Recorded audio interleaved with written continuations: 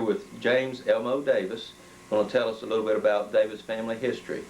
Tell us about your mother and father. Want to start with your mother? What was her name? Mary Wofford Davis. When was she born? She was born June the 14th, Flag Day, 1889. Her papa was Reverend Van Wofford. Her mama was Sarah Wehunt. Had an older brother named Noah Wofford and an older sister named Lucy and another sister named Maud. And Mama was the youngest of the four. Where did she grow up? Sir? Where did she grow up? She grew up in different counties in North Georgia. She was born in Dahlonega in that county, which is Lumpkin. Lived in Pickens and Lumpkin, and he preached and rode a mule through the mountains, and her mama more or less raised him, according to Mama. He was just a, what do you call him, itinerant preacher, and pastored churches in Pickens County and all around. Raymond Davis gave me a brochure of one. He's a pastor somewhere in Pickens in 1892. So I can remember seeing him one time in my life. Never saw my mother's mother. She died when we were in Texas, and they're both buried at Liberty in Montgomery County. Your mother and father?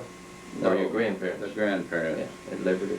He's a Wofford, and I've traced the Wofford history. They start out in the middle Atlantic states, came through the Carolinas, and some of them came over to the edge of Georgia, and they're all the same group that founded Wofford College. And they lost a little bit of the record of some of them, but they're all the same. So some of your grandparents were the same Wofford that founded Wofford. Pretty good crew. Mm-hmm. And your great-grandpa was named Christopher Columbus Wofford, and I haven't tried anymore, but I did go to the library in several counties and looked up the Woffords. They were easy. They're pretty easy. You know, they were fairly, I guess, fairly well educated for that day and time. They made some money, and they thought they should have a school to help educate people, and they donated at that day and time quite a bit of money to start Wofford, and so that's kind of the story of the Woffords. And she met Papa,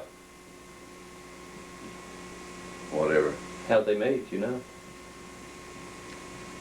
Papa left home in '98. He was born in 1880, Christmas Eve, and as you know, my daddy must have been quite a character.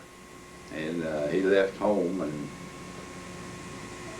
he was one of four original, and Tom Davis was his daddy, and his mother was Sarah Webb, and Papa was the third son. Willie, first one, and Dave was the second one. Papa the third one, and his baby sister is Lorena. And I think evidently his mother must have died about the time Lorena was born, because Papa said he could remember his mother when he fell off in the creek and she saved him, and he was about 5. And that's the only picture he had in his mind of his mother. So he left home. You want to see story? Go ahead. And he said, Tom said, John, when I'm going to miss you, and said, here's your silver $1. You take the mule. They live back in Carty K district someplace. I've been there back in the hills, and said, you take the mule and take him to the Lonely and leave him with the Bradleys. That was some of Papa's relatives through the park or something or the other. So he rode the mule to the Bradleys and head out, worked in I think he worked in Alabama a little bit. He and another guy met. This is a story, and I'll stop on that one. Then he joined the Army. Before you tell about the Army, did your father have a middle name? Yeah, John Henry, but he dropped it. Ceylon was named Ceylon Henry. We'll get to him later. And he one time Ceylon said, Papa, said, I don't like my middle name. He said, I don't either. Ceylon said, let's drop them. So they dropped the Henry. Never referred to each other. Tell about your father's military experience. Well, yeah, I'll go where did he meet my mother? Well, he went in the Army, and I don't know. He went to Puerto Rico and Cuba, and there's a lot of sea stories there. And then he went to the Philippines. Before he ever met my mother, he'd been in the Army approximately, I don't know, before he met her, but before they got married, he'd been in the Army 10 years. I think he was a buck sergeant. And every place he went, he had sea stories. And Mimi said that's, believe it or not, but basically it's based on the truth. You can stretch them how far you want to stretch them. You know how it goes. And I always remember what he said. He thought he was quite a lover, I guess. You know, he said when he was in Puerto Rico, said they invited him home with the senorita, and said she was real pretty. And they got home and they had the dinner together, and said some of the people waiting on the table, some of them they looked like black Americans. And he said, are these your waiters and waitresses? And he said, no, they're my daughters. So they intermarried in that part of the world. It said some of them were white and some of them were fair and some of them were pretty black. And he laughed. He said, I wasn't very smart. He didn't have any proper schooling. He said everything he learned basically was on his own. Is that a pretty good one? Yeah. Then he came back home, I guess, through the mountains and so forth, and he met the Walfords somewhere or another. And he and Mama were married in Lindale, Georgia. That's Rome, Lindale, in 1909. And 1 year later, the first son was born, J. Rue. I guess they got married, I don't know. And then he was first assignment, probably Jefferson Barracks, I believe that's St. Louis, Missouri. And he was out there, and Jay was born in March 1910. Before we get on to the different sons, tell a little bit more about your father's, they call him Pop Sarge, right? Yeah. About his military experience. He went to Pancho Villa. Yeah, I've heard these stories about 413 times, but they're real sweet ones. You know, we didn't have much radio back in those days, I don't guess, did we? And when Pop would get together, some of the old soldiers, they'd sit and talk for 4, 5, 6 hours all night long about their experiences. And they're looking for the cavalry. You know, the Mexican bandits raided the Texas border, and Ponce Villa kind of became an enemy, and President Wilson sent the cavalry into old Mexico, and they didn't have any pack train. They didn't have anybody to pack supplies, and so the army went out looking for, the order went out, can anybody ride mules and know how to pack animals? And Papa do anything to get a little excitement. He said, yeah, I can do anything like that. And so I don't know exactly what happened, but he was in the pack train. And his pack master was an old Scotsman named Jim McCracken. Another lot of stories about him. And they packed for the cavalry and went down through the Sierra Madre Mountains. And he said they had a few skirmishes. All they ever found was a few shells. He didn't ever remember about anything getting killed, but one of his mules got hit. He said they weren't very good shots, and said everything was just running and chasing, said it didn't do much of a job. It went all through the hill country, the mountains, to Veracruz, Mexico. So he packed through the mountains, and when they ate, he said in the villages, or what he called the Spanish towns, I don't think they didn't call them boroughs. What's a Spanish little home? Anyway, they'd swap hardtack bacon and they'd talk to always talking to the senoritas, you know, and they'd take the cornmeal tortillas, and Papa said they'd get some places, he said they'd have real smooth, pretty rocks, and they'd get a fire built around them, and they'd get the rocks, and they'd pour the cornmeal on the rocks and real thin, and they would cook them and said they'd get some good tortillas and they'd swap. Didn't have anything to eat. Hardtack and bacon, whatever that means. I guess hardtack is a form of a biscuit, isn't it? That's right. And they went through the mountains, and he said he was in a few skirmishes, and to know Papa, you'd have to know him. He's a kind of a character. He and a Mexican got in a fight in the village, and Papa was left-handed, and when I was a kid, he'd tell us about it, and he, every time he'd hit him, he'd cut him. Papa's left-handed, he'd swing, and said when he'd hit him with a knife, and he had his wrist cut, and he had 38 scars on him. Did he ever serve time for that? No, he said it was comical. He said it cut and cut, and he's bleeding. Said he knocked him down, and the last time he remembered, he was stomping him with his hobnail boots, and said the Mexican, whatever, constabularies or something in town, they rode the horses back and forth, tried to run over him, and they pulled him, and he got out and said it was almost wasn't quite in the line of duty. Said it, he laughed about it, but said they had a funeral the next day, so I think I got him. And we used to be proud of Papa because we could sit when we'd count the scars in his chest and belly and his arms. They were visible for probably 30, 40 years, and it's just a story. It's a sweet one, and there's a lot more in there. But anyway, he said he took a paddle and they had little wooden paddles in iodine, and you'd stick the paddle in iodine and swab his wounds, paint it with iodine, and he said it hurt a little bit, smarted. And he said he never went to a doctor, never did anything, just wrapped bandages around it and kept on going. I heard that Pop Sarge spent some time at Alcatraz.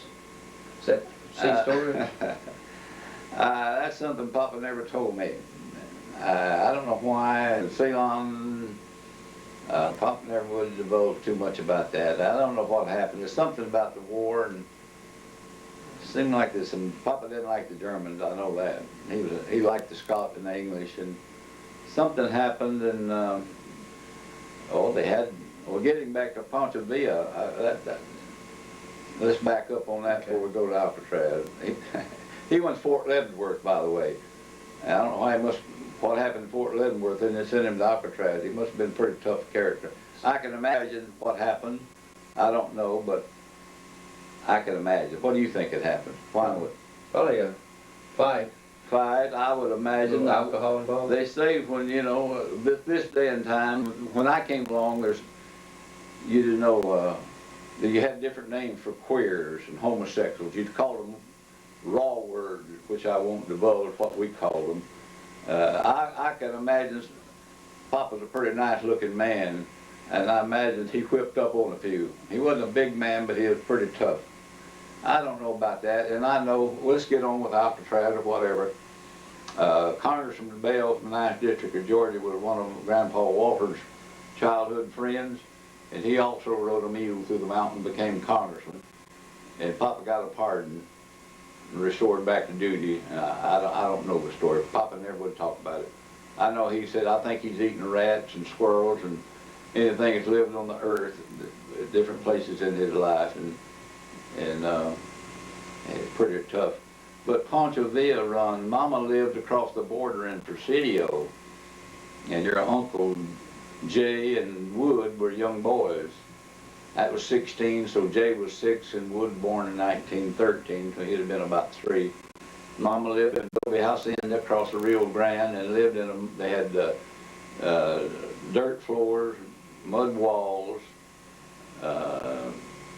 that sort of thing. And she had another white woman, the only one. They were the Gringos, and Mama had she had a rifle on her, swung a rifle on her bed, and had the shotgun standing by. So she was always said she was a better shot than John, but he wouldn't admit it. She said I was an expert rifleman, and Papa always said he was the one that was so good, but Mama said if you'd get down to it, ask him, I could beat him. Anyway, there's quite a few stories there. It's sweet. I've heard that a lot of people from Gilmer County went with Pancho Villa. Did others go? Did other folks in Gilmer County go with Pancho Villa? Go fight him? No, not to my knowledge. One of the Crook fellows in the war, but I don't think What now? David Crook, either David Daddy or his uncle, and Raymond Eldridge, one of their uncles was maybe down in that area, but I don't think he and Pop ever knew each other. Okay. You ready to move on to your brothers? Or anything else you want to say? Turn it off a minute. Okay. Pop Sarge was chasing Pancho Villa. What was your mother doing? She lived across the Rio Grande in an area of Presidio, Texas. She had 2 boys, Jay and Wood, and she and one other white woman lived in that village, and they were hostile. They were the gringos. They detested the Americans, and Mama lived in an adobe hacienda with mud walls and dirt floors, and just very meager. And she said she kept a shotgun leaning against the wall by the bed. She swung a rifle underneath her bed. Said she was said John, she referred to my dad, and John didn't admit it, but she could outshoot all the men. She was a good rifleman, and the Mexicans knew it, because in that time, every now and then one would holler and throw something, a beat on, holler, gringo, and cuss them out, and Mama would kick the door open and shoot at them. And said they didn't mess around much. Let's start talking about your brothers. And, well, first, your father retired from the military, but he had several more kids before he retired. Let's start talking, I guess, about J. Rue, oldest brother. He was born in 1910. What do you remember about him? Well, I remember he was born in 10, and he was born in St. Louis, Missouri. Papa probably stationed Jefferson Barracks. And you know, how did he get the name Rue, J. Rue? I don't know. My mother named him, and I don't know. I really don't know. You know, I remember hearing that J. Rue left home when he was young and was gone for a good while, and people sort of lost track of him. Well, we stayed together when Papa retired. By the way, we said a while ago, he was an instructor at the University of Nebraska. Did we say that? No, go ahead. Well, and he said he always smiled about it, because they said he had a 3rd grade blueback speller education. He was teaching those college kids. He kind of smiled. And you asked about Jay. Mm-hmm. Well, I think they went on to Nebraska from Jay, and that's where. Well, he went to Kansas. I bring in these brothers. If you talk about jumping Jay, if you jump from the time he was born, you jump in 20 years when he left home. You want to? Okay. You want to do that? That'd be all right. Well, we just jump him up through life. We lived together as a family to 1932, 33, and that's when Jay left home. Okay. The whole family, all 7 of us, were together when he left home. Well, I can talk about that later if you want to go back and talk about picking up the rest. Where you lived when you were growing up, and where for those 20 years in there. Well, if you want to go, well, Jay was born, and Woodrow was born in Texas. Okay. Papa. There's another story in there, a long one. The Davises left. They left Gilmer County, Georgia, with a bunch of Rays. Some of your mother's folks. Some of the Rays, the Davises and Bradleys and... Was it Cantrells? Huh? Cantrells? Cantrells? Cantrell. Yeah, was that a family that left? Anyway... Where did they go in Texas? They went by wagon train. Okay. Papa was in the Army, and Dave and Willie rode the train out, I guess claimed the land. I'm too young to remember. I imagine the land was given to them by the federal government. I don't know, because I'm sure they didn't have much money. And they went by wagon train, and according to Alice, you know, the old cousin, she still lived, and Alice is about 90. She said it took 110 days to go from Gilmer County to Erath County, Texas. And they took their their cows, and you know, the mules pulled the wagon. They took the cows and the hogs and everything, and their hound dogs and everything. They went, moved out and camped and ate along the way. And young as I am, I can remember between Georgia and Texas, there's a lot of territory and very few people. And the roads were even unpaved when I was a kid. There's very few paved roads in the 1932, 33 area. And where are we? Well, they got out to Texas. In what year did they go out there? Went out there in '99 Okay. and established, and then that's where Papa people moved to. So that getting back to his army, when he retired in 1926, after you had Richard Woodrow was born in Texas, 1913, so Mama went back to Texas for Woodrow to be born. And then Richard's next. Richard born 1920, and he was born in Kansas. He was born in Dodge City, Kansas. He always helped. Dodge City is a famous Western name, and he always kind of patterned his lifestyle after being born in Dodge City. He's kind of proud of that. He read a lot of Westerns, and he patterned his gambling habits after the Dodge City days. And then Ceylon was born 1923. Ceylon was born in 23, and Papa was in Scottsbluff, Nebraska. That's where he taught, University of Nebraska. And Ceylon born, and then your dad, John, he was also born in Scottsbluff. 24. 24. That's a great day of Papa's life. He was promoted, and he lived a good, clean life. And it wasn't any whiskey. Mama said he didn't have a drink for 5 years. The only time he ever had a drink, he and the pharmacist were big buddies. He got some of that alcohol in the pharmacy and got looped one time. Said he came home looped and said, "Where did you get it?" Said the pharmacist, and I had a ball. Yeah, it's a sweet story. Mama laughed about it. So there's where then Papa retired. Okay. And the mid-20s or 26. And back in those days, if you was overseas, you stayed overseas 2 years, you got credit for 3 years. You got a 33% increase in longevity, so that's the reason Papa retired early. He retired at 30-something years, but he didn't really pull but about 26 or 27 years. And that's when you could retire at 3/4 of being at Mimi, and all you folks, most of us are Army related. You get, 3/4 pay? I think you get 3/4 pay if you put 30. And that, you couldn't retire at 20 years back in those days. You had to pull a full 30 years or you didn't get a dime. So they moved back to Texas, and that's when James Elmo, that's quite a story also. You were born in 27, huh? Born in 27. My sister that died at birth was born in 26. And that was the only girl in the family. I was born in Acre, Texas. Well, my birth certificate says Stephenville, but that's county seat. I was born in a log cabin, and which was part of the Comanche territory.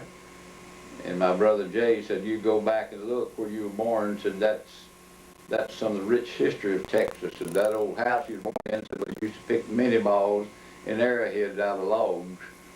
So Ceylon and I went back, and it's still standing. We didn't know it. Jay said, "Yeah, it's still standing." We went back in 1991, and it's quite a story there. Had a sweet time. There are probably as many Davises in Texas as there are in Georgia, wouldn't you say? Yeah. Then Doug was born in 30. I was born in 27. Doug was born in 30, and that's the 7 boys. And yeah. There's a lot of folks from Gilmer and those counties in North Georgia. There's Davises that are different Davises from Murray County. Carl, that bunch you know. Some of those were, a lot of folks went to Texas. And Ellen's daddy, John Ray's uncle, I guess, isn't it? your grandpa's uncle, old Peen Ray they call him. I don't know what Peen means, but they went to Texas. They were all the same crew, and that's some sweet stories about that. A lot of those people out there are from, when we had a reunion in '91, we had kin folks from Alabama and Tennessee and the Carolinas we'd never heard of, and they all go back, 100 years approximately, and it's one of the sweet stories. One guy said, one lady said, "Y'all from Gilmer County?" We said, "Yes, ma'am." She said, "We've got a picture of a covered bridge. It's a beautiful old picture called the Cobb Bridge." I said, "Oh yeah, that was a landmark just south of town, about half a mile across the little river, LJ River." And I said, a tornado blew it down about 44, 43. But anyway, we met people from, it's rather fun. I understand a group went on to Oregon. So have y'all lost track of them in 1900? People went to Oregon, Mama's people. Oh, okay. They were the Woffers after the Civil War. That's another story. You want to talk about your brothers individually? Want to start with J. Rue, or? Well, yeah, I guess so. Papa lived in Nebraska when your dad and Richard and Wood, Jay and John Ceylon, and they had a real good school systems, and Jay excelled. He was a fine student, and I think the editor of the school newspaper and all that sort of thing. And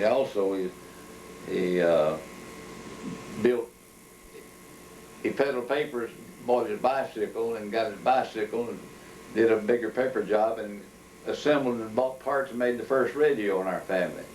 Our first radio was made by J. Rue, and I think it was burned up in the fire of 1935. About everything we ever had was burned up. So anyway, the school system was real good, and they all excelled, and I guess Richard and Wood and Jay, and when we went to Texas, the schools were really inferior. They were country schools, and they didn't have much to offer. And Jay went to college at John Tarleton, which then was, and now I think it's a university for about 15,000.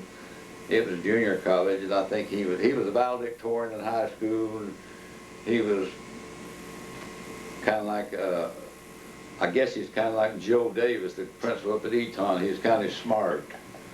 And that's a kind of a joke, Mimi. Anyway, Jay everybody in Texas said he was smarter than anybody in Texas.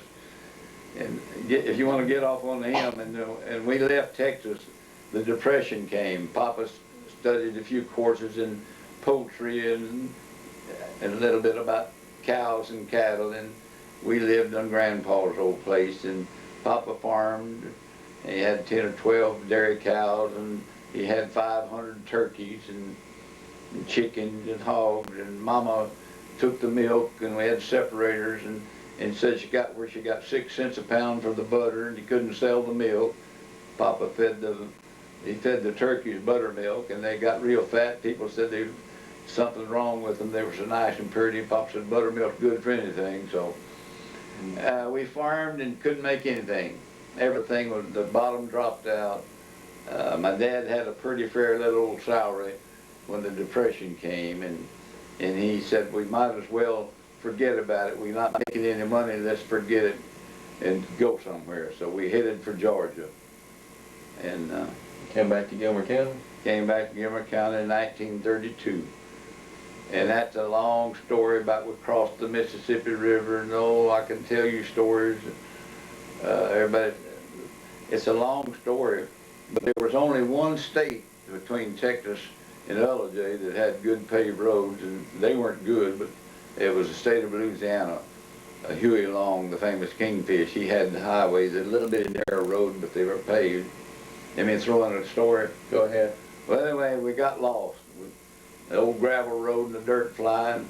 There's a detour, and Papa said, "Hey, lad," said, "where in the hell are we?" And he said, "That's a good question."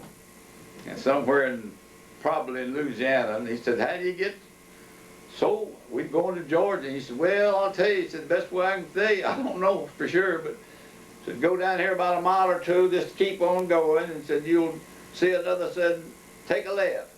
And take a left and go about another mile or two, and said, you'll see another sign or something, take a right. And you go down there about another mile or two, and you just hit a straight road, going east, and just ball the jack. So I learned how to ball the jack when I was 6 years old. Okay. That's true. Isn't that something? So that story has been told 4,000 times, balling the jack. Y'all ended up in Florida some too. Oh, I have to back up. Okay. We thought I don't know, Papa had a few acres, wasn't worth anything. And there's some guy had a few acres in Florida. So they said, let's swap. And I can't tell you how many acres, because I don't remember. And Papa and Mama have been dead since '51.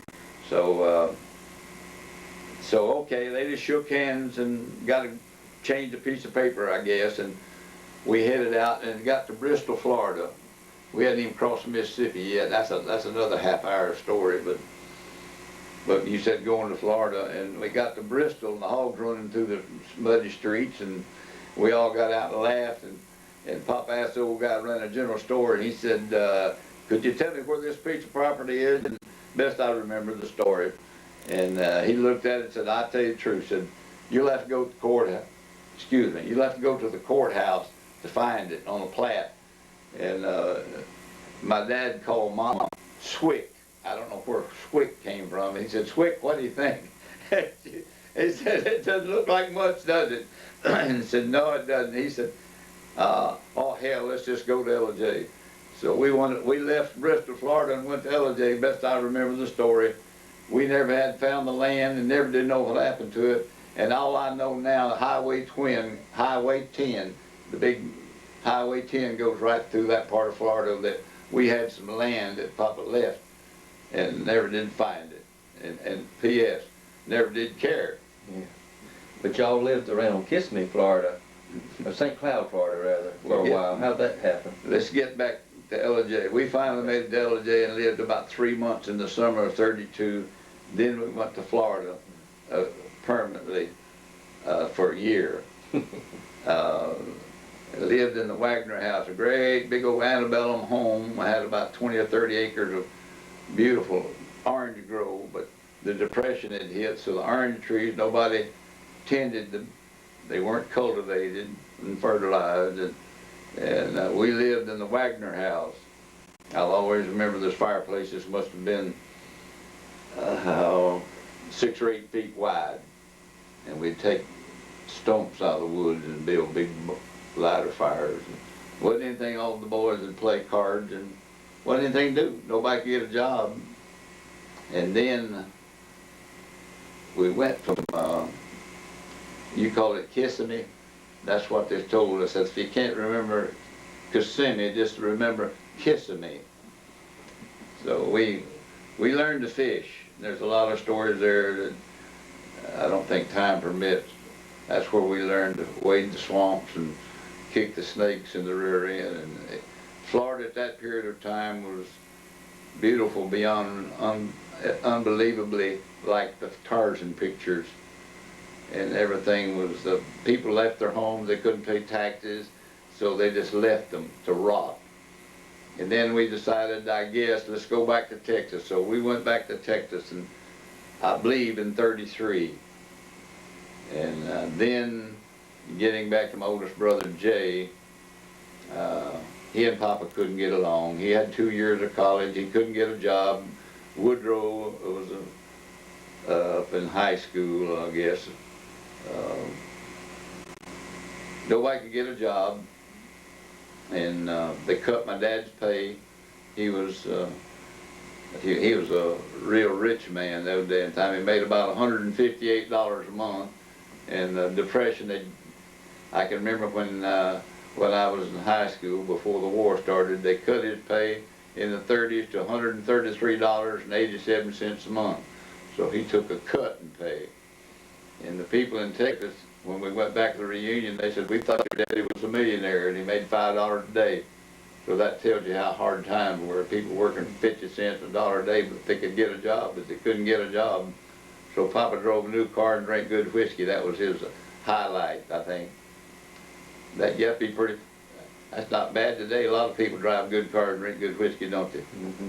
My buddy the other day said he paid $50 a quart for his. I don't think I never paid that much for corn liquor when I was growing up. Okay. Then J. Rue went in the military, didn't J. Rue hoboed, and I can remember when I was a kid, Pop said, this starts another 3-hour sea story. Pop said, when I left home, you've heard the story of the dollar and the mule.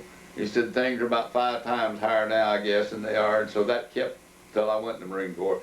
He gave Jay $5. Best I remember it, we took him to Fort Worth or Dallas. I think it was Fort Worth. Shook his hand, and we didn't see him again until 1959. That was 33, that's 26 years, the best I remember. We always thought he got killed in the war. And we got a Mother's Day card from him in 1940. And I get him, I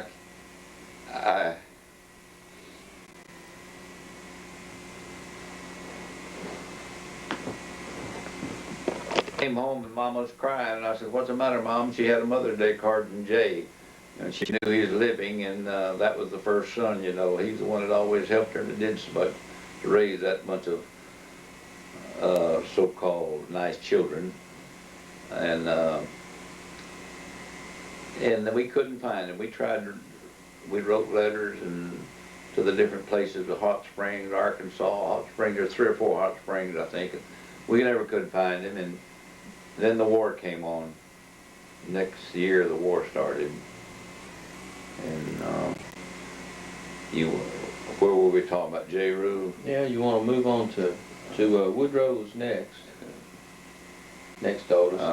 I guess everybody joined the military, didn't they, one time or Yeah, another? I'll get to that in a minute. I'm proud of my family. Wood was born in 1913 in Texas, and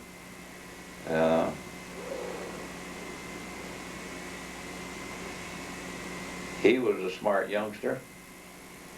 One thing you learn when you grow older, you used to didn't give a hoot. You ran your own show. If you wanted to get married, you got married.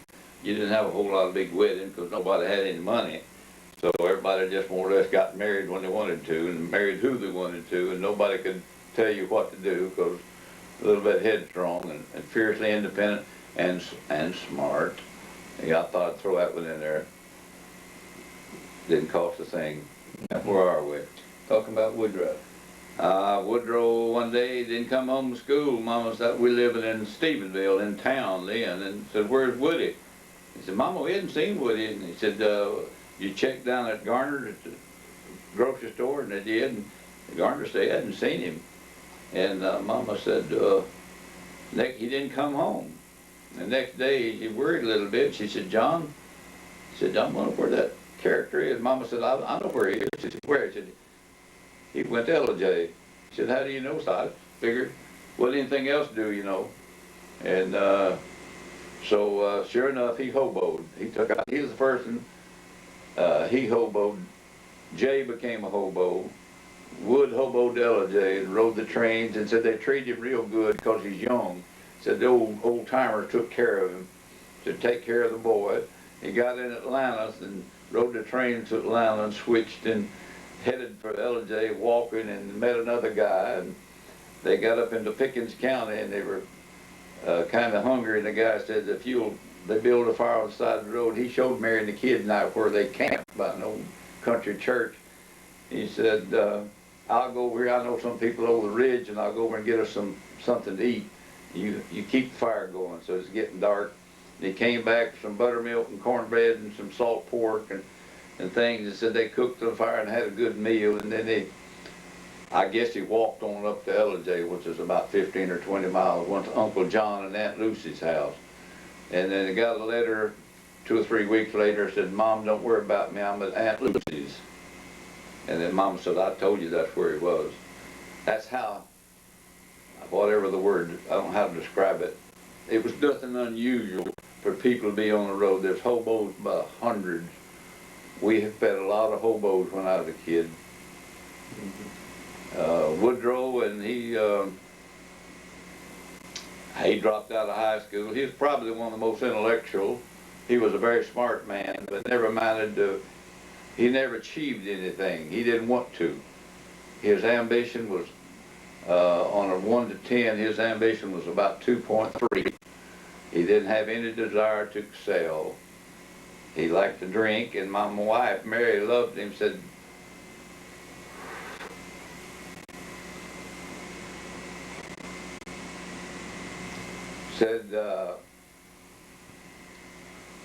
you have a bunch of characters, your brothers, but said the best, all the ones I met said Wood's got to be the best one.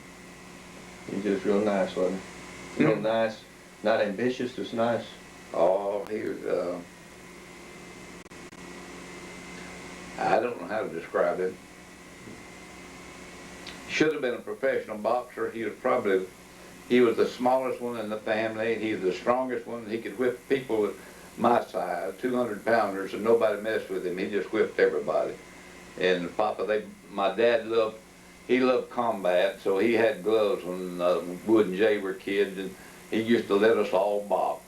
And Papa was the coach, and Wood could whip everybody. No, I don't think he ever lost any kind of fight up until I guess he got old enough to be knocked in the head, you know, had to. And he didn't have any ambition and should have been a colonel, had nothing. Anyway, I'll talk about him in a minute. He never had the ambition. The old colonel called him in one day, said, and when he was in service for years, and said, why don't you, said, you should have been a master sergeant 10, 15 years ago. And he said, well, why don't you hang some on me? And he took those tests, you know. They started taking tests, and 10 was high you could get. Wood made, I think the least grade he ever made was like an 8.59, and he always hit the top, but he never did go to school and never did care. But what's the word, administrative talent. He was a 10 in administrative work, and most of us, that's where we scaled high on the administrative side, and I don't know what that means, whatever. 'Cause he was very, he read a lot. He knew a lot he traveled all over the world. He was in a lot of places, and you want to stay on him a minute? Okay. Well, he went in the Army in 1935. They slept on straw mats. They didn't have, and blankets. Maybe had sheets, and it's a sweet story how he got the name of Mike Davis. All the people knew him in the Army. His name was Mike, and he was a very good rider. The Army at Fort McPherson had polo ponies, and then the jump shows, you know. Wood rode for the Army. He won first, second, third in the Southeast. He was one of the best riders in the South. And nobody ever thought about it, but he was a small fella, and he was real good, a rider. And Captain Hedigan he was a polo, one of his favorite officers, and Captain Hedigan got his feet hung in a stirrup during a match and drug him to death and hurt Wood a lot. But anyway, he was working with the horses and the mules, and one of those mules in a wagon. They were doing some work. They didn't have heavy equipment much in the early 30s. And the mule and Wood went off of a hill and down into the ravine, and they thought Wood was hurt pretty bad. And they got him, said, Davis, are you all right? And then he said, there's nothing wrong with me, but said, looked at the mule, and he was all beat up, said, poor old Mike. So that's how he got his name, Mike. That's how he got his name, Mike. And that's about his life. I remember he went overseas in March '42, and I can remember how I was a kid, how hard it was to see your brother go off to war. And then Ceylon joined, that's another story, but anyway, everybody joined. That's when Woodrow would stay with him, and he was in the Philippines, and Australia, New Zealand, the Philippines, and he was a lady about when they first invaded Leyte. And then he went from there to New Guinea, and how they ran across an old gold mine in New Guinea was an interesting story. But anyway, Wood never did achieve anything. He just, everybody loved him. He was the favorite brother. Of all the boys, everybody said that Wood was everybody's favorite. And I think he's also Mama's favorite. And Papa. I think he's probably the favorite son. Never amounted to anything. But he left a lot of love. Next was Richard. Richard's middle name is David.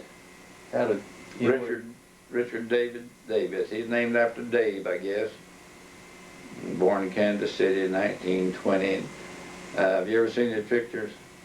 Yeah, with his hat tilted. Hat tilted. You said Kansas City, you mean Dodge City? Huh? Born in Dodge City. Yeah. Old Fort Dodge, I guess. Dead-eyed dig. Richard was another smart man. He's a character, but he was, one thing you get when you get older, Mimi, you and Joe and my kids, you learn to appreciate your grandparents. Where in the world did you come from? In the mountains, they said they came from pretty good stock, whatever that means. And you look back how fortunate you are to have parents that had good morals and good genes, and so naturally you inherit. I'm the one that believes you inherit about 75 at least, and in your environment, hereditary environment and training, I think hereditary has more to do with it. If you don't get it when you're born, you're sure not going to find it along the road too much, are you? Yeah. Anyway, where are we? On Richard. Richard's another one that quit. He said, why didn't I finish school? Hell, said I went to school. 1 year I went to school in 7 places. He went to Texas, Oklahoma, Florida, and Georgia in the same school year. He said, why didn't I finish school? You figure it out. You don't have to be too smart. And that was about the truth. Nobody cared. Some of my college professors had PhDs and they were hobos. And so the kids didn't have any, nobody cared to go into school. They weren't any jobs, and said, might as well go in the Army. And so that's what Richard did. He went in the Army in 1938. They sent him to Hawaii, and Mama said, glad, now he can get all the pineapples.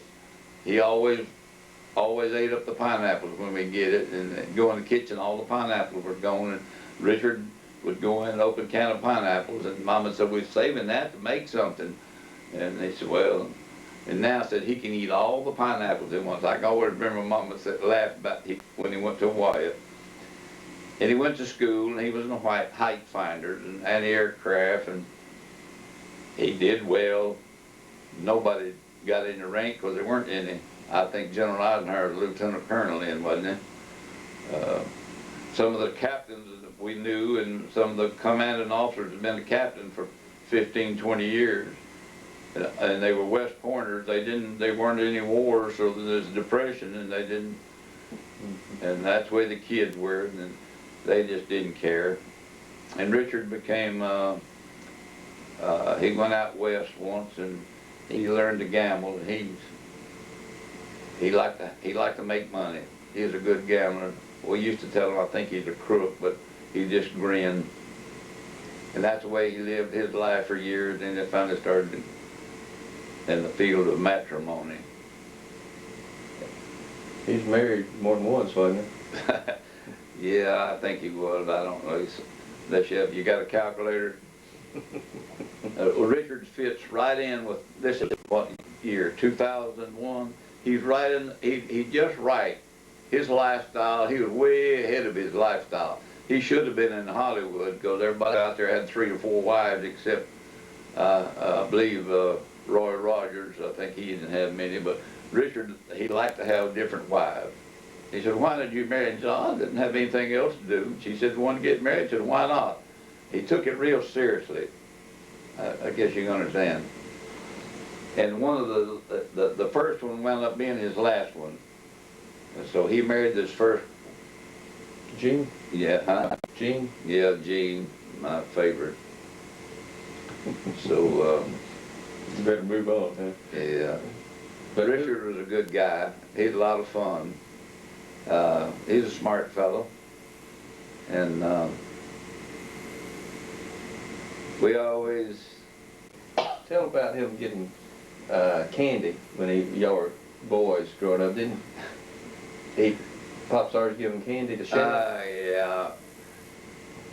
My dad didn't believe. My dad believed if you got a good pair of shoes, a good hat, and some good grub, what else did you need? And get you some transportation naturally. Pop always believed in having good transportation, whether it was a mule, a horse, or a car. Good food, good hat, and good shoes.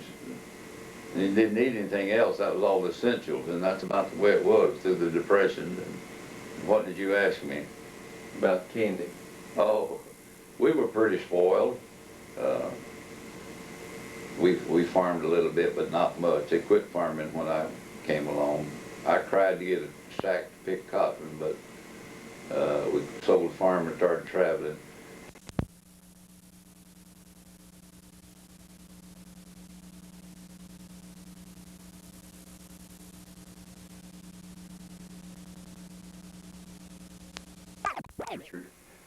He had 3 kids that he adopted, Yes, sir. and that's Margaret, Jimmy, named after you, and Clevie. Yeah. And he's married several times. Any interesting stories you know about Richard?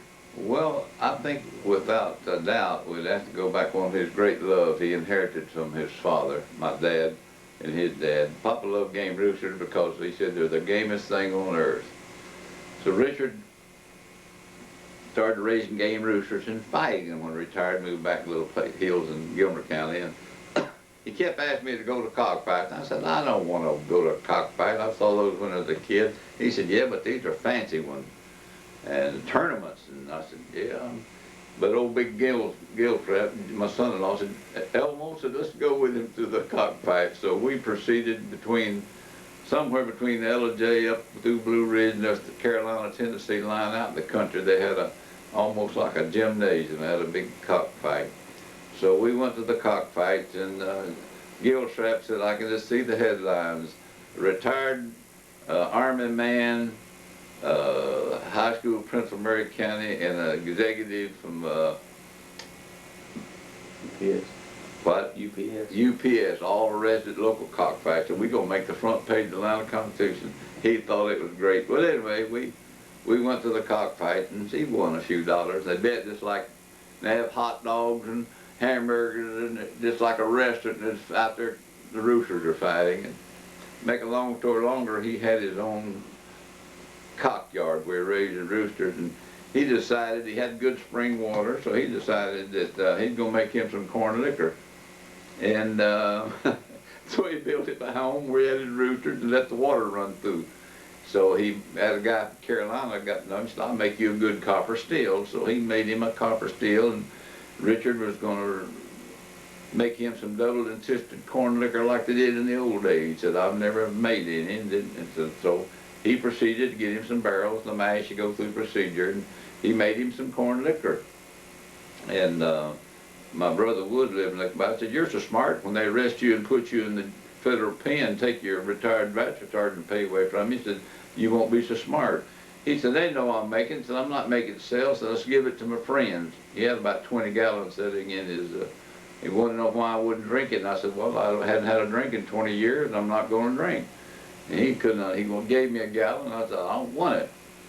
But he did. He made double and twisted corn liquor, and that's quite a story how to make that. It's real good. And now, during this time, Richard had surgery on his head, hadn't he? yeah, bless his heart, he had a big knot blew up behind one of his ears. Had his ears trimmed kind of like a rooster, and they did a poor job, and they didn't get the cancer, and it went in and got his skull infected in his inner ear. And I think your mother said something, she noticed it or something. Yeah, he'd get something done with it. But anyway, he wound up in the hospital in 1,300 stitches and 13 hours of surgery. He had about a 40 or 50% chance to survive. He did. And he looked so bad, he took his jawbone, part of his ear and his skull, and they told him that it'll take about 7 years plastic surgery to get you to look back normal. He said the hell with 7 years, he thought he'd just go like what he had. So he put a boggin on the side of his head, and all our family referred to him as Uncle Halfhead. He had, anyway, long story. Okay. You ready to go on to Ceylon? I might as well. We're going to finish one of these days. Okay, Ceylon Henry Davis. Ceylon Henry. And he was named after a friend of Pop Sargent's? Yeah, some old army military company commander, I suppose. That's where most of us was born. He's the only Ceylon Davis in the world, I suppose. And nobody else. He never heard of anybody named that, but he told me one time I was visiting him up in the hills where he lived. He said, you know, I read in the paper somebody had a son named Ceylon so forth or another. He said, I know it must have been one of my high school named the son after me. He said, well, I didn't know I was important. Somebody he'd read in the paper named Ceylon. Pronounced, I think it's pronounced Ceylon. Anyway, whatever. Now he went to high school in St. Cloud and then came back up to Gilmer County, LJ? Yeah. Yeah, Ceylon was one of probably the better athletes. He was a tailback in high school. He said he weighed 115. I think he weighed more like 135 when he was a freshman, but he said he reckoned he knew more than I did. But anyway, he's a B-team tailback, backup tailback in varsity, and played first team on the basketball team and first team shortstop as a freshman. And he's a real good athlete. He and John played together, and we moved to LJ, and that curtailed everything. So he thought he was going to graduate because Gilmer County, Georgia had 11 years, and Florida had 12, and he thought he was going to graduate, and he didn't. So he liked a couple of units, and he joined the Marine Corps in '41. And he loved the Marine Corps. And tell about him marrying old Dean. No, he got married and went over the hill and got married, and we didn't know it. And Papa said, when's your furlough ended? He said he didn't have one. Made Papa mad, so the war is going on. So Papa put him on a bus and took him back to the Marine Corps camp and said, this is my prisoner. You'd have to know my dad. He could talk anybody out of anything. So Papa took him through the gate, and actually they put him in the brig and court-martialed him, and he wanted to go overseas anyway, so that's a good way to go overseas. So he wound up roaming the Pacific and Guam and Okinawa, the two of the islands they helped take, and he floated around reserve and some 2 or 3 more. He always laughed about riding out on those boats with the high octane gasoline loaded down and laying out on top, taking a suntan and hoping the Japanese didn't hit them and blow them up. He said it was kind of looked back, it was kind of nutty, but said that that's just the way it was. And so he made it, and he couldn't get back in the Marine Corps, and he lost one of his eyes, a kind of old injury, stepped on and cleaved him in the eye, and I think in the wartime condition worsened it, and he wound up going in the Air Force, which he never did like, and retired and had three children, and Janie and Jay and Scotty are with us now. And he retired, worked with the bottle gas company for about 15 years and got totaled in a wreck and disabled him on his job, and he finally retired from that, went back to Gilmer and built a home. He and a fellow built a home about 6 miles out of LJ out in the country, and it's a pretty area. And he and I were the last two, and he always said he's going to make it longer than I did, but he didn't. Lived to be 78, and that's the oldest anybody in the family that ever lived, of our immediate family, including Mom and Daddy. So. Well, next was John Waldon Davis. What are all his nicknames? John Waldon, well, Mama called him Wasp, and Wardy, and Barnett. All those names because called him Wasp because when he'd get in a fight, he'd sting, he'd hum, and crying and whine, and Mama said he sounded like a little wasp. Your dad and I used to have a lot of fights. He never did grow till he was about 14, and he's always about an inch taller, and we fought quite a bit. We loved each other, but he'd try to boss me around a little bit, and we'd get in fights, and he'd bloody my nose, and I wouldn't quit till I'd bloody his. And then that's when you drew blood, you could quit then, you know. Isn't that fun? And John was a good student, and everybody, I talked to some boys in Florida, he said, oh, John was always a good student. And we played basketball together. When he was a senior, I was a freshman, and John was a kind of a nice looking young one. My kids said that John said, Papa said he's the best looking one in the family. I said, well, don't tell me, you hurt my feelings. But anyway, all the girls loved John, and they used to ask me, said, could they get a date with my brother? And they didn't say anything about getting one with me. It was always him. And so we played ball together. When he was a senior, I was a freshman, and the boy broke his arm, so we started the last few games together. And John, one of those girls became infatuated with him, I guess you would say, and her name was Ellen Ray, and she was a little petite-looking lady that played basketball, and she was so shapely that my other brother, Ceylon, I believe he probably named her Toothpick. She's really curvaceous. What's the word? Curvaceous? Curvaceous. And anyway, we didn't know it, but she came back. She graduated the year before John, came back, took some courses, and in March of '42 they were married, and we didn't know it. So I guess that was one reason she came to class, don't you?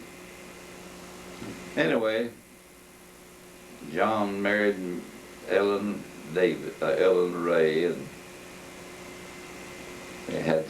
He ended up in the military too. Sir? He ended up in the military yes. too. John went to school and joined, and they sent him to school at Auburn and Tallahassee, Florida State now, and we thought he was going to be a commissioned officer because the FBI kept investigating. Everybody said, what is John doing? And Papa said, I don't know. He said, well, they've been asking questions about him. He was in studying what we came to be known as radar, which is big deal back in those days. But anyway, John and Ellen, they went in the Army and moved around. I think they went out in Kansas a while, and then he went overseas and went up on Tinian. And that was where the B-29 out of his manufactured Marietta, one of the big bomber plants. That was one of their home bases. So John wanted to be an engineer. He always wanted to be an engineer, and he was Papa's boy, and Papa wanted to go to West Point, but when they got married, that threw that out. And he wanted to be an engineer, and I think Ellen liked the Army pretty good, and they decided before he lost his rank, I think he was the best I remember after the war, he was a staff sergeant. So he re-enlisted and went to OCS, got his commission. We was all proud of him because everybody else was kind of bummed around, and we were glad he became an officer. And John succeeded, I guess you'd say, and he and Ellen and Mary Ellen and Ray, the two children, they went to Japan. And John had, I best I remember, it was a good-looking 36 Ford. I believe it was a 36. And I just got discharged from the Marine Corps when he got through OCS. And he said, I'm going to California, so let's go to Texas. Well, he really want me to help him pay his expenses, you know. But we had a sweet time. We went to Texas together and stayed a few days with Dave and the folks out in Texas. And John went on to Japan, and Mimi and Ray and Ellen, they went on to Japan with him, and he was there living in a lifestyle with house servants and people to wash and shine his car. And a big thing happened. The Chinese Communists of North, not the Chinese Communists, but Korea. The North Koreans were communists, the South Korean Democratic Republic, and they crossed the 30th parallel, and so President Truman sent the troops to oppose them. So the Korean conflict started, one of the first undeclared wars in the history of the United States, I suppose. And so the Korean War started, and John was taken out behind the desk and put in the field as a combat engineer officer, and did a good job. Had some pretty near escapes. I don't know if you remember or not, but I got a letter from Mama said that John said things are mighty hard, and I think one time he didn't get any sleep hardly for about 15 to 17 days, just catnapping when the Chinese communists crossed. They defeated the North Koreans and went up to the Yalu River, and when they got up there, here the Chinese crossed, and so they retreated and fought for days. And John said one time the machine gun fire dug a hole under him and went through the sleeves of his coat and never touched him. I said, that's kind of close, isn't it? He was a scrapper. John was a good officer, and he's a pretty tough nut.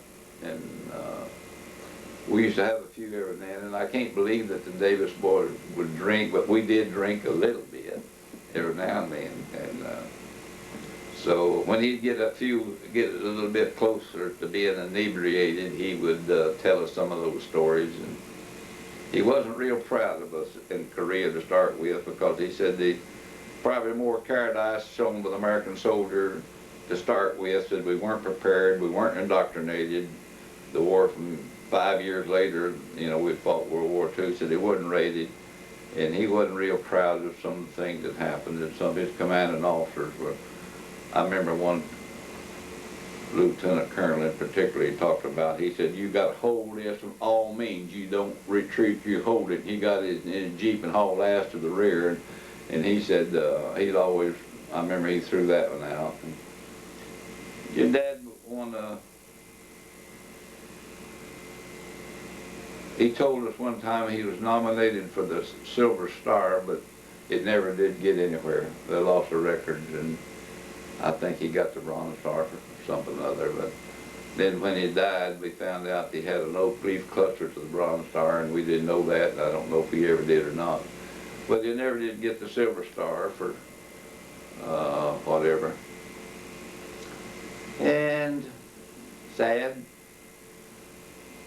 Good, had a good life, and all you, Mimi and all the kids, and who's the baby? Alice. Alice. Joe. Joe and Alice. Joe and Alice. And I remember they came down South Georgia. John was a great fisherman, Wood was a great fisherman, Doug was a great fisherman, and Elmo was a good fisherman. We all had a private lake to fish in, the Lieberns. I coached those kids, and they gave me the key to the lake because I fished them, but they told me they was tired of me asking for the key. So John Wood, Doug, and I, we all went fishing in 1957, and went out there and we caught 40-something bass. And then about 2 or 3 weeks later or less, John, whatever it was, I think they said it was sleeping sickness that killed him, but I've always thought it might have been from the radiation. And when he took his outfit out to the Nevada, when they had they detonated some A-bombs in the field, and his company was deployed or whatever. They were dug in and they watched the explosion, and I remember him saying after, so they got out and took their glasses off and watched the fireball. When y'all went on later, went to Europe, and what, 5 years later, he died instantly almost. And I've often wondered if it could have been from radiation instead of sleeping sickness, because we know, as well as lately, the Desert Storm, it's always something happening to us. We never get the truth. They use American troops a lot. We never did get the full scoop on some things. So anyway, it was a kind of sad day. And John was the first of the boys to depart. And it was a sad experience, but had a good life, had some pretty good kids, most all of them. Next was to be born was Mary Sarah. Sir? Next to be born was a girl, and she died at childbirth. Yeah. Did they name her, or is that just what you named her? No, one of the old cousins out there, when we went back in '91, she told us, I remember when she born and Mama was with your mother and didn't get to the hospital with her, and she died, and didn't even name her to my knowledge, and that was a sad thing in my life. Mama didn't have a girl. So her name, I named her Mary Sarah? Mary Sarah. And we took a tombstone from LJ and hauled it out in the trunk, and we put her a tombstone up in Stephenville, city of the Stephenville Cemetery. And well, whatever. We took the old rocks off the grave, and I've got one, and Ceylon got one. Back in those days, they just put stones up. A lot of people didn't. That was a depression, and that some people don't believe in it anyway. I've got friends that don't believe in putting up markers. You ever heard of such? No. You know why they said that?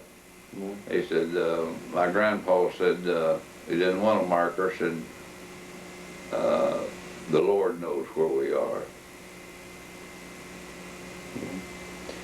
Then you were born next in 1927. James Elmo Davis. Tell us how you got your name, Elmo. The last of the Mohicans. Mama read a book, Saint Elmo Murray, M-U-R-R-A-Y, and one of the characters in the book was named Elmo. And she liked him, and so she named me after him. And after I read the book, I can understand. If I could ever been successful, I could have never been successful as that man. It's quite a story. You need to read the book. I hope you get to. So now, where did you grow up? You were born in Texas? Yeah, I was born in Acre. I was born in a log cabin.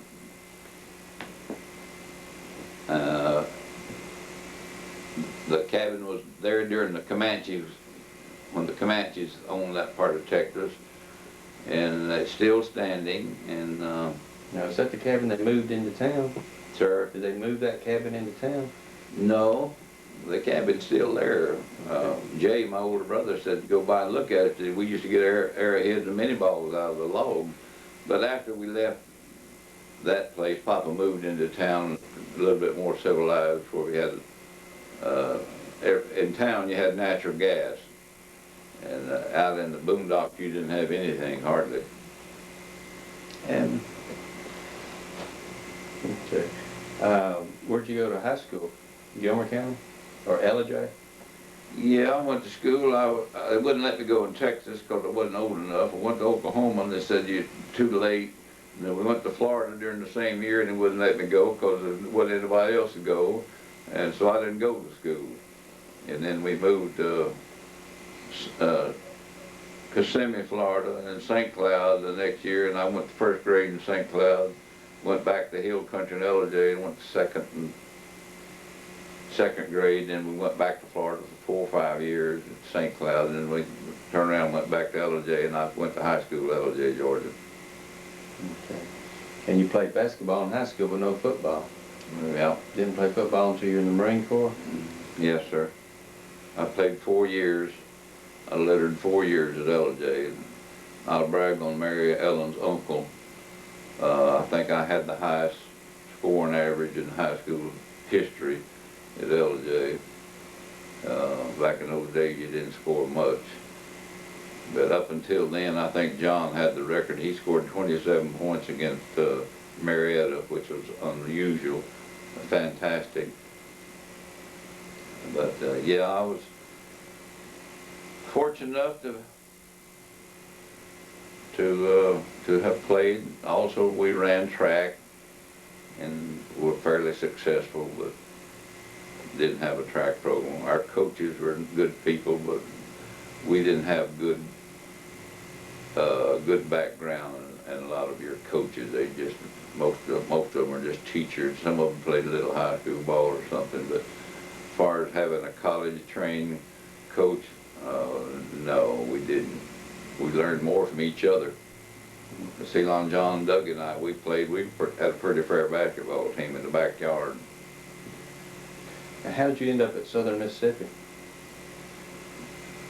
Well, I went to the Marine Corps. Go ahead and talk about the Marine Corps then. Well, when the Marine Corps war ended, I don't guess it was, You getting tired? sir, You getting tired?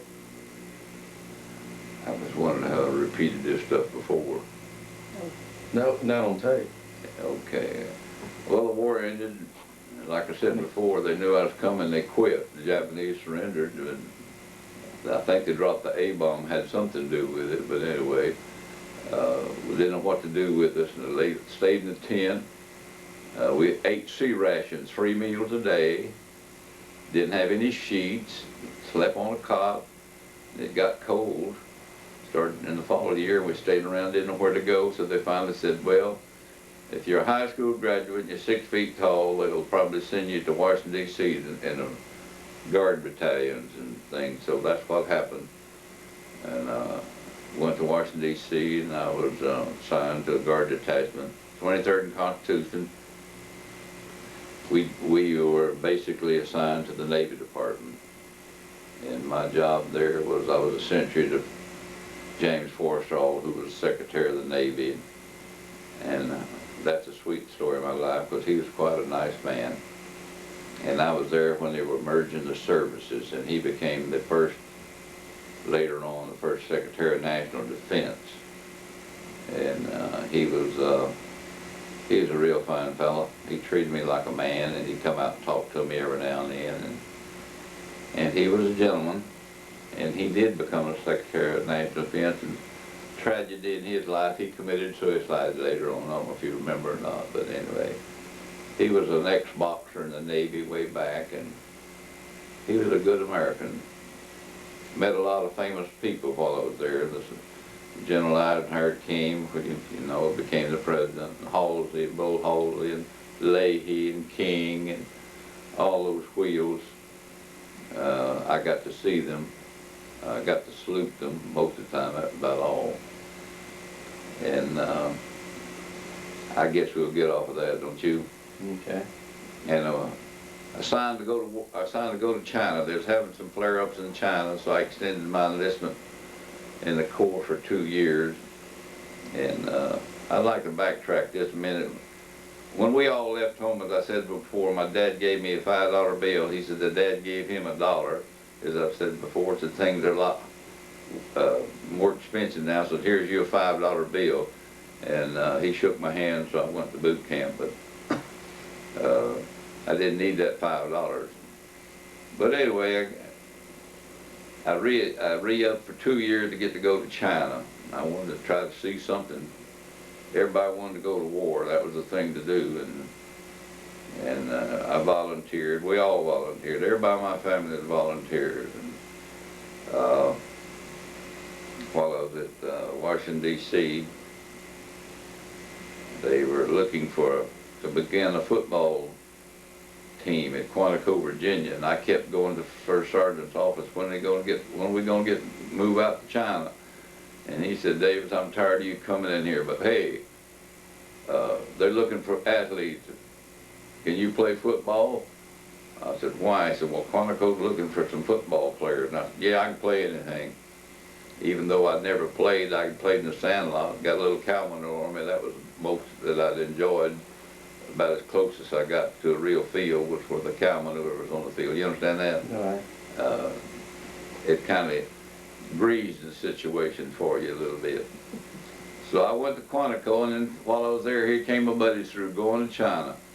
So I went out for the team. I didn't tell them I'd never played. I knew how to put on my shoulder pads because I remember Ceylon John when they were in St. Cloud. So they had 200 or 300 people out. So to brag a little bit, I went out and I stuck it out, and I met some tremendous people in my life. One of the great great people in my life, and I guess they put up with me, and I made the team and even started a game or two. And first college game I ever saw in my life on a college level, this is college level, all those people, all states and pros and college players, and so I played in my first official game that I ever saw. And I found out that I could play, and all my buddies had played, and they said, you missed it all. If you missed high school football, that's all the fun. College is not much fun, so you missed it. And I had a coach named Austin C. Schaffner. I'll throw him in. He was one of the great Americans of World War II. He was an old Tennessee man, played ball under General Neyland, and he liked me. And he put his hand on my shoulder one day and he said, son, you're not ready for the SEC yet, but says, I'm going to put you in junior college, and you play at junior college about a year, you'll be ready then. And I said, well, Coach, I've got another year doing the Corps. He said, well, if you've got another year, I don't believe you'll have any problems. Well, let me tell you about him a minute. He made the Death March, and before he made the Death March, he was wounded, won the Silver Star, made the Death March, and the Japanese let him take a contingent of men on work detail, and while I guess the prisoner was, the chaser was delinquent, Coach Schaffner and his 9 men made a dash for it, and they didn't get killed, and the Japanese chased them through the hills for several weeks, and they got into the guerrillas and back in the mountains, and they made a radio and took some bamboo and wire and a bicycle sprocket, and some way they made them a radio and signaled, and the submarine picked up the signal, so he got all of his men off of the island, saved every one of them. Said a lot of them laid down and wanted to die, they was so tired. That's the way he coached us. He'd say, he'd kick them and shake them and said, hell, you ain't about to die. He said, you don't, when you froth at the mouth and your knees knock, your eyes roll back in the head, he'd say, hell, you're just getting ready to play. So, isn't that some character? Yeah. General MacArthur, later on, he gave him some how to get back to some of the prison camps, and MacArthur recommended him from the Navy Cross. And then he hit Peleliu and was wounded and carried off the field on a stretcher. And then he hit Okinawa, and the last stronghold of the Japanese on Okinawa, they're having a hard time of taking one, so they said this book called The Old Breed, Dr. Mudd, said they gave the assignment to Colonel Schaffner, who was well loved in the Marine Corps, and said he took the last stronghold on Okinawa. And he retired after 22 years in the Corps.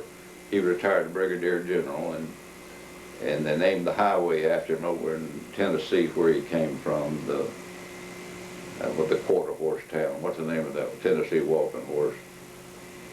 Pittsburgh, nice. I went to see him. I didn't know he was living. I found out he was living. I hadn't seen him in about 50 years, and I went to see him. It was quite a reunion, and I owe a lot to him. He had enough confidence in me. And the first time, let me tell you about the first time I ever played a game. I'm full of stories, you know. Maybe it's propaganda. You don't have to believe it unless you want to, but it doesn't cost anything. This is free.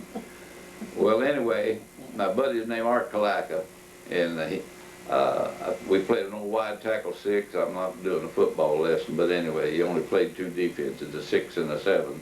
In variation of the wide tackle Tennessee 6, he put me in the gap between the end and tackle and patted me on the cheek. Whichever side of your butt they hit you on, that's the way you charge, left, right, or straight ahead. So we playing against a team that ran a T formation, and most of the folks had never seen a T. It's all single wing. So I fired the gap, angled him toward the fullback, and they faked some guy in the hand of the fullback, and we hit head on. I knocked him down and about TKO'd myself, and my teammates laughed, and they got me out of the game. Old Schaffner said, son, had a way to go, buddy, but said, if you don't stay low, damn it, you're going to get killed. So that's my first, and everybody thought I was a nut. All I knew was to give them the rebel yell.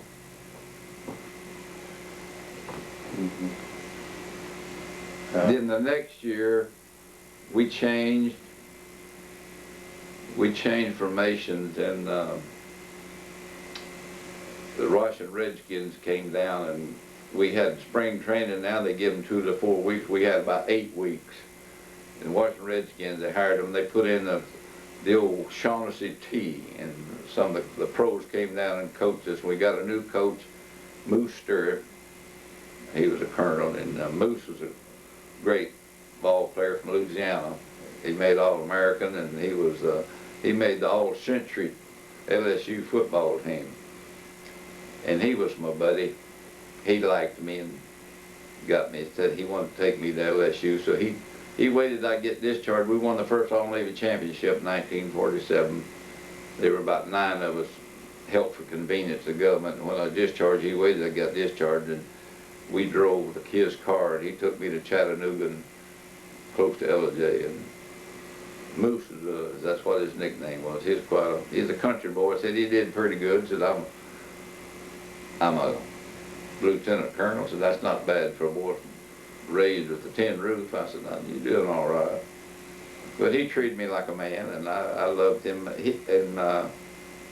I got to introduce him to my wife and kids when we went to Texas camping later on in life, and he came out to visit and ate dinner with us. And Mary said, I don't want to meet him, but when she met him, she was real pleased. And I always remember we were sitting at the table, and I had my 3 daughters.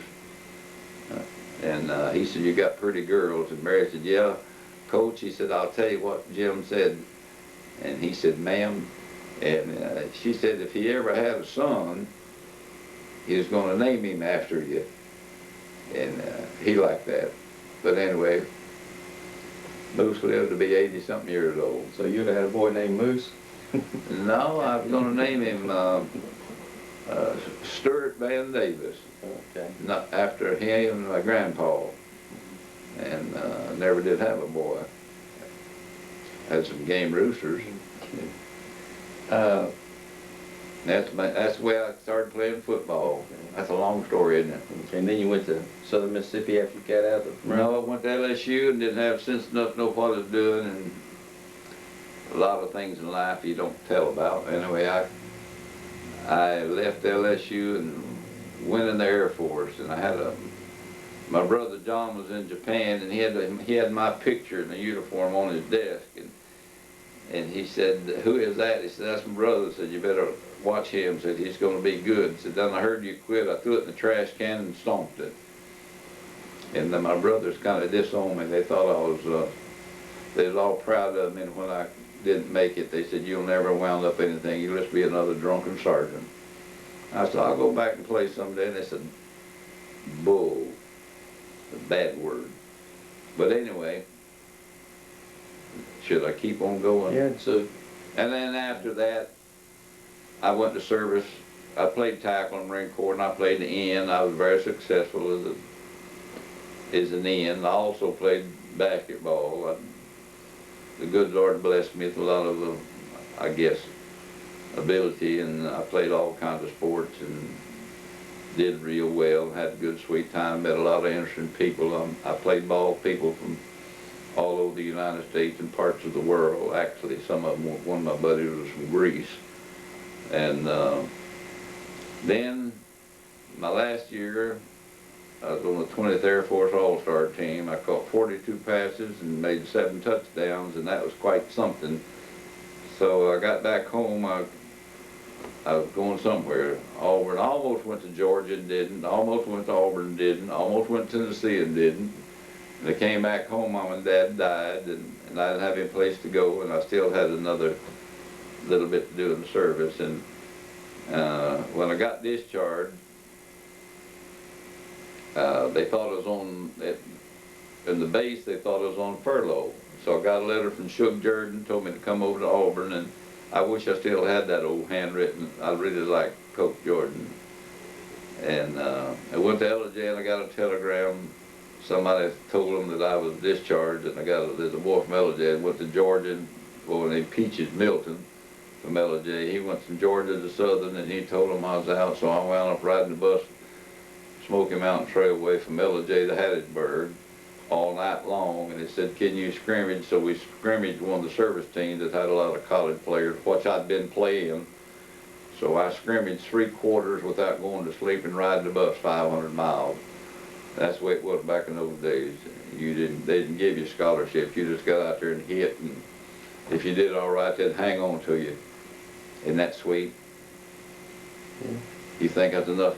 That's probably enough. It's getting deep. Yeah.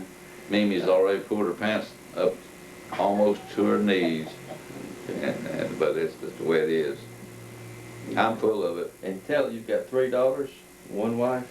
Sir? You have 3 daughters and 1 wife. 3 daughters and 1 wife. Yeah. My ambition, and John was an officer, and I said, well, why can't I be one? I got serious when I got to serve. Second time I took tests, I passed, in my record, they said I passed 2 years of college equivalency. I got 20 hours for taking tests, and what did you ask me? About your wife and kids. Oh yeah, and I told Colonel Hall, I didn't tell him, he was down there getting the football players, getting ROTC program, and I said, I'm going to sign up, and he said, well, you're first 3 pay grader, and you know all the basics, and what have you been in the Marine Corps and everything, and all the infantry, and he said, I believe Hattiesburg, I believe that was artillery unit, I don't know. He said, wait till your junior year and join. Well, I met my wife, and I never did get an ROTC. Walford Davis, born in 1930. Douglas Walford Davis. Walford after a family name. Yeah, Douglas Walford Davis used to be known as Douglas Walford Davis, Chief Reign in the Bears. And he didn't like that. They teased him. Douglas Walford Davis, Chief Reign in the Bears. No, I just said ear. They all teased him. They didn't have anything to do, you know. The old boys, I said they didn't have jobs, so why not have fun? Doug was the baby. I was the baby, and then when Doug came along, they threw me out. You know, I was no longer the baby. And let's talk about Doug. Mm-hmm. He's 3 years younger than you. Sir? Was he about 3 years younger than you? 2.5. Yeah. He was born July 16th, 1930. Anyway, I was born November 10th, 27. Doug was a little bit different. He was named after the Walfords, and Doug he was a pretty good student. He had a leg that was cut when he was a kid. We lived in Texas. They didn't have penicillin back in those days, and it almost killed him, and we had to put him in the hospital and take him to bone specialist in Fort Worth. Had a long time. He almost died for several months, but it crippled him, but he didn't know it. He never did let it bother him. He had one leg shorter than the other, but he tiptoed, you'd never know it. Pretty good basketball player, and real bad because he couldn't pass his physical to get in the Army, but we had an old friend of Papa's, and old Sergeant Mays, he put him in the Army. He just told him to pass him. He didn't told him, put this boy in. So he he was put in the service. He didn't pass the physical, but anyway, he became the last of the 7 boys that served the country. And what do we want to talk about Doug? He grew up and he went to school in Florida like the rest of us, went to school in Georgia, and finished high school. He probably played more hooky than anybody besides Woodrow. And Doug never did try. And he went to Georgia, went down to Columbus to get a job, and he met your mother, I guess, and she introduced him to... Not my mother. Huh? Oh, okay, go ahead. Who? Oh, she introduced him to... She introduced him to Imogene, the best I remember. Imogene was working, and as a result of this introduction, they wound up getting married. And Doug was home when Mama died. Doug was home when Papa died, and when they died, he didn't have any place to go. And he went to Columbus. Worked a place or two. I don't remember because I was overseas, and I don't know exactly what. But Doug, I think Ellen introduced him to Imogene, and they wound up getting married, and they lived in LJ a little while, and they was going into poultry for the business. And Colonel, is it Dimmock? One of the lawyers, I met him the other day at Ceylon's funeral, and And he was going to put Doug in the chicken business, and they was going to do good. Well, Doug kept wondering when he was going to do good. Said all he did was pack, feed, and catch chickens. And so he went, I believe he went to Columbus, then he and Mama Jane got married, and they went to Detroit. And he worked up there. He was a time study engineer. He told me that's pretty important. He worked in the Cadillac division. He laughed. And Doug wound up with 3 children. Two. I'm ready to get them going. Janice, we call her Redhead, and Deborah. They both, when Doug, I'll tell you a little about Doug. He came back to Columbus again and went to work with a wholesale distributorship. It was a Jewish wholesale outfit, and they said, Doug, you're pretty smart. And he said, I am? he said, tell me about it. He said, we seriously, he said, we want you to go to night school off campus, University of Georgia. He said, we got some friends that are teaching over there, CPAs, and they're good accountant teachers, and they want to teach you some accounting. He said, all right. And he started taking accounting courses, and he said, I never knew that I loved anything so well. And Doug never made below an A, made straight A's, and did real good. He got what was equivalent of a major in accounting, and they sent him. Then he changed job a time or two, and unfortunately, he had cancer that curtailed his life, but he didn't let it bother him. They told me he wouldn't have but 5 years, but he changed jobs and with the federal government, the Internal Revenue, and they sent him to the University of Miami in Florida, and he made the 96th percentile. So he finally said, I think I'm smart. We laughed about it. Isn't it strange when you don't have any background education? You just sometimes you hit it and sometimes you don't. And Doug was quite a character. I used to tell Mary, I said if he had lived, he might have become the governor of Georgia. And I'm not just saying that. He knew everybody everywhere he went. He was liked. And when I used to hitchhike, I couldn't catch. They wouldn't stop. Mama said, "Get Doug out there." I said, he can stand there by you and then stop and back up and pick up Doug. He said, "You stand out there about half of there, they'll pass you by." But it was comical. He got along real well. And oh, by the way, they made him take a business English course, and all of his friends thought they would change his personality because I think he beat up on the Queen's English a little bit, and they thought that English course would ruin him, but it didn't affect him a bit. He said it didn't help him any.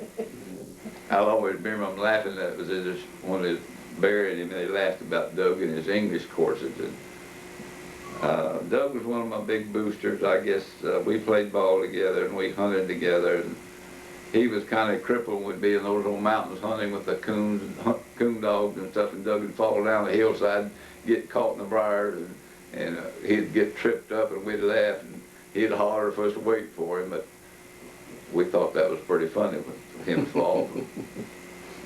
And we never worried about him not being quite as physical as the rest of us.